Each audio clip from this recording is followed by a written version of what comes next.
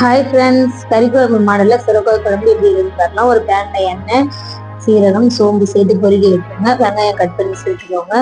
Next கருவேப்பிலை சேர்த்து வதக்கி விட்டுருங்க. இதை லைட்டாக வதங்கி வந்துருச்சு. இப்போ இதில் நம்ம தக்காளி சேர்த்துக்கலாம். இப்போ மிளகு சேர்த்துட்டு இஞ்சி பூண்டு சேர்த்து உப்பு சேர்த்துக்கோங்க. சீக்கிரமாக நம்ம வதங்கி வந்துடும்.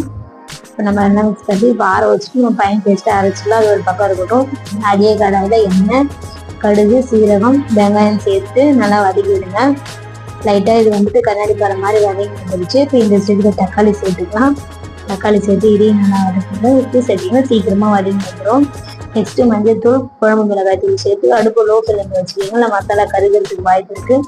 அரைச்சி வச்சுருந்த பேஸ்ட்டு சேர்த்துட்டு தண்ணி, உப்பு பார்த்து சேர்த்துக்கோங்க. சேர்த்துட்டு மிக்ஸ் பண்ணிவிட்டு சுரக்காய் வச்சுருந்தோம் இல்லைங்களா, அதையும் நம்ம சேர்த்துடலாம். இது மூடி போட்டு ஒரு 15 நிமிஷம் இருக்கட்டும். இப்போ அவ்வளோதான், நம்மளுக்கு குழம்பு ரெடி ஆயிடுச்சு. அடுப்பு ஆஃப் பண்ணிட்டு சர்வ் பண்ணி